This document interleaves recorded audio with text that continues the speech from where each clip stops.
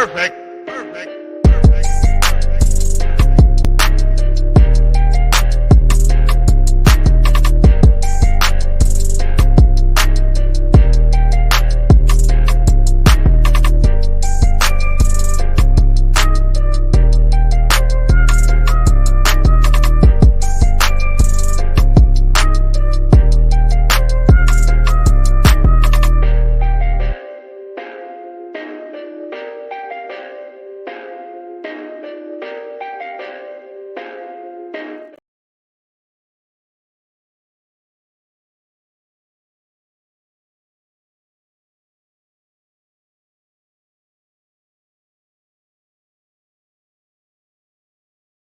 I'm muted. Sorry, I was muted. Hey, everybody, welcome to today's edition of SWACTalk, the show we call the SWAC Inside and Out. I'm your tour guide around the SWAC. See what's coming at you. And today, we're going to do a little show I call the 2023 SWACTalk Breakout Players. So these are just going to be guys that I think are going to have really great seasons in 2023. Most of these guys have played have some substantial playing time. Some guys don't, but these are all guys that played at a SWAC school last season. There is one transfer on the list, but he transferred from SWAC school to SWAC school, and he played at that school. So I wanted to keep it to guys that played in the SWAC last season. I didn't really want to get into picking guys because you could pick any transfer or freshman from somewhere. I wanted to kind of have it as guys who played last season in the conference. So I have one quarterback, one running back, one wide receiver, one defensive end, linebacker, and a defensive back. So one guy from each position that I think are gonna have really great seasons. And one guy already had a great season, so I'm cheating a little bit, but I think this is gonna be his star-making season, and I'll talk about that in a minute. So before we get into all of that, y'all can check out the socials. Facebook is SWACTalk, Instagram SWACTalk, Twitter SWACTalk76. Also, don't forget to hit that Patreon, patreon.com/SWACTalk. We have a $3 level, gives you access to members only group chat, and you can suggest topics for SWAC Talk and SWAC Smoke. Also, there's a $5 level that allows you to do those first two perks and be a part of the monthly members roundtable episode of SWAC Smoke live on the last Thursday of every month. So with that being said, hit that up. All proceeds go back into the show. So they ain't gotta worry about lining people's pockets with money. It's all for support of the show. Also hit that subscription button, making the march to 1K. So we thank everybody for subscribing, and everybody who will subscribe in the future, thank you very much. Like the video, share it, and feel free to comment on your thoughts on who you think will be guys that will have breakout seasons in this upcoming season. So we'll start with the quarterback position because that's the position most people love to talk about.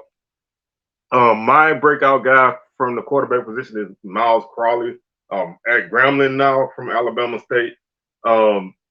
Last season, in 8 games, he completed 35 passes for. Last season he completed 58 passes for 96 yards, 4 touchdowns, and 5 interceptions for 785 yards with a long of 61. Completed 60% of his passes as well. Averaged 87.2 yards per game. He played in 19 games at Bama State in his time there. Played 8 games in 2021 and 2 in the spring of 2020. In the spring of 2021, in 19 games he was 94 of 162, 9 touchdowns, 6 interceptions, 1,240 yards. Completed 58% of his passes and 65.3 yards per game. Also had 1 rushing touchdown in his career. Everybody pretty much feels like this is a guy 6'4", 210, young guy looking for his first real opportunity. Because in 2021 he was more of an injury replacement for Ryan Nettles. In 2022 he was the backup to Demetrius Davis. So this is his. I feel like this is his team. You know, I mean, obviously he still has to kind of go through some things to, you know, to fully get this as his job. But most people, me included, feel like this Grambling team is his team to run as quarterback. Most of us feel like he's going to go into the season as the starter. If not, then I think he'll be starting at some point. So you would expect the guy who is going to get more reps to produce better. And with the weapons Grambling does have on offense, they just need a guy to run that offense, and he's more than capable. He has a career high of 270 yards and 2 touchdowns. Both came against Valley last season. So um, he's a guy who can who probably just needs that full chance and full convincing that this is your job, your team, and you know if he gets that, then I'm quite sure his numbers will go up. And I think that he'll be one of the better quarterbacks in the league. Um, in a year where the quarterback star power is not that high, especially at this point in the season, there's a lot of guys with the potential to be great or at least very good. But you know, there's a lot of guys who don't have that experience right now. So after the season, he could be one of those guys who gets his name on those kind of lists at the end of the season. So that's why I picked him. I mean, you know, that you could have picked probably any other quarterback that hasn't played much that's going to be starting this season. But I think, you know, most people are looking for him to really step up and show out because of that, you know, the situation at Bama State where he didn't really get the snaps that he probably should have gotten. So that's why he is my guy at quarterback on this list. My running back on this list is J.D. Martin from Jackson State. This is a guy played in 18 games in his time at Jackson State, ran the ball 90 times for 400 yards, 4 touchdowns with a long of 51, averaged 4.4 yards per carry in his career. 2021 was the better of his 2 seasons. He carried the ball 54 times for 227, 3 touchdowns, averaged 4.2 yards per carry. His long was 51 that year. Last season, 36 carries, 173 yards, 1 touchdown, long of 26, averaged 4.8 carries per game. 4.8 yards per carry in 8 games. So also had a really solid season catching the ball last season. Had 14 catches, 129 yards, 2 touchdowns, along with 43, and averaged 9.2 yards per catch for 3 career touchdowns, receiving, 4 rushing, 400 yards in his career on the ground, averaged 4.4 yards per carry. You know, again, Jackson State's running back room is gonna be crowded. You're gonna have a lot of guys who deserve to get carries. You're gonna have a lot of guys in this offense who are gonna get carries. You got, you know, a brand new offense, so you're expecting a lot of guys to be productive. I look for him to kind of take that step because he came in, you know, as a guy who had the credentials. Never really was able to get the carries, you know, for various reasons. But I think this season, you know, with the new offense, he's gonna be able to make some things happen. Now, you got guys like Mulligan, Moultrie coming in. You know, you just got a lot of guys in this running back room. So you're gonna see guys get carries, but I think he'll be able to use his speed and make some things happen. You know, I really expect to see him make some things happen in that room. So I look for him to have a really solid season. He may not lead the team in rushing, you know, due to them splitting carries, but I think he's gonna be a guy that's gonna hit big plays in most of his games. So that's why he's my breakout running back for this upcoming season. I do look forward to him, you know, kind of taking that big step and maybe even, you know, if things fall right, maybe even, you know, becoming one of the top backs in the league. So we'll see. Our receiver on this list is Keenan Hambrick from Alabama A&M. Last season, he had a really good first season. He's a young guy. He's a sophomore, so this is his second season. In his first year, he caught 24 passes for 288 yards, 2 touchdowns, longer 45, averaged 12 yards per catch, and averaged 2.4 receptions per game. So, with a guy like that, obviously, offensively they weren't, they were pretty solid offensively. They weren't consistent, but they were pretty solid. He had a really good spring game, made a lot of big catches. But I expect, him to be the I want to say I expect him to be the guy this season, at wide receiver. Um, Definitely will be a factor in the receiving game, probably even more when you're looking at a unit that is gonna need a guy to kind of be the main number one guy. So I'm excited to see him in action this season. Like I said, he had a really good season last season. He was actually fourth on the team in receptions. So as a younger guy on the offense that was fairly decent passing the ball, not consistent, but they were able to make some things happen through the air. He was able to really make some big plays and not that far off in terms of yardage out of the top guys. When you look at the leading receiver last season, Isaiah Cox, he caught 33 passes, Hambrick caught 24, so not a big gap. And he, like I say, averaged 12 yards per catch. So you're looking at a guy who has been, was pretty productive as a younger guy. So you really expect him to take that next step. Got a good size, 6'4", 205. So as a guy who can take that next step, I think he'll be that. Obviously, the quarterback situation is going to be important for them. Consistency at that position. But we'll see. We'll see how he does this upcoming season. But I expect him to have a really good season. Our next guy is on the defensive side of the ball, and that's Ckelby Givins from Southern. This kid kind of came out of nowhere last season. Came in pretty highly touted from Captain Shreve High School, but a lot of people who didn't really follow Southern didn't know who he was. Didn't expect me personally didn't really expect him to have the season that he had. Last season he actually finished third on the team in sacks with 5.5. Played in every game this past season. Pretty much was able to at least get some action in most games. Finished the season with 37 tackles, 16 solo, 21 assisted, 10.5 tackles for loss, 5.5 sacks, as I said, a forced fumble and a fumble recovery, one quarterback hurry on his record for last season. So with Southern losing the guys that they lost on their offensive line, on the defensive line, you can expect him to get more snaps.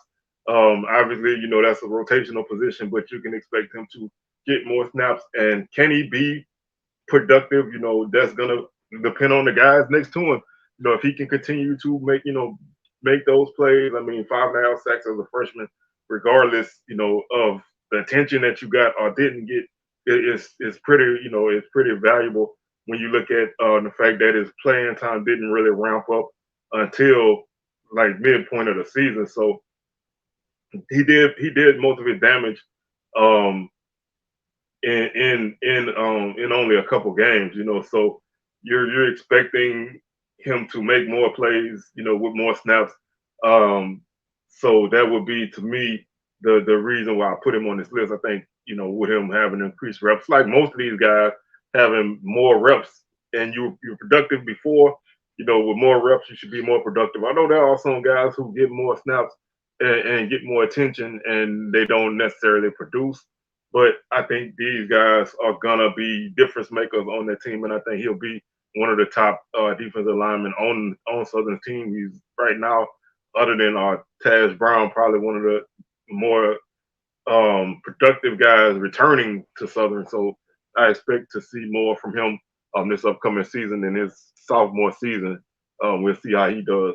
Now, the next guy on the list, I kind of cheated a little bit because I think that this guy broke out last season, but I think this season he can be a star. I think this can be his star making season. He can break out in that aspect.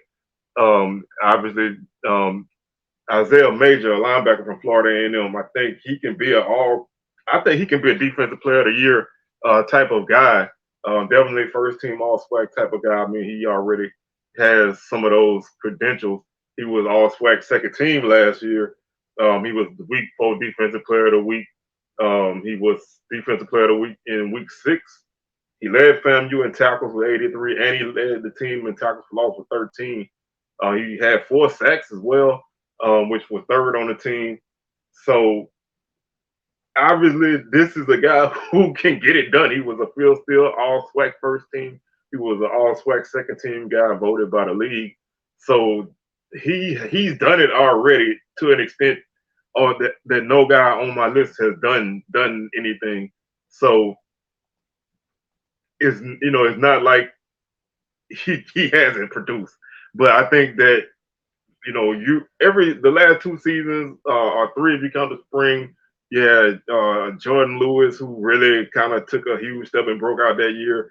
In the spring, you had James Houston, who did it in 2021. Isaiah Land also, kind of broke out in 21. Aubrey Miller, even though he was a guy who was already known, but he took that next step in 21, in 22, and was a star.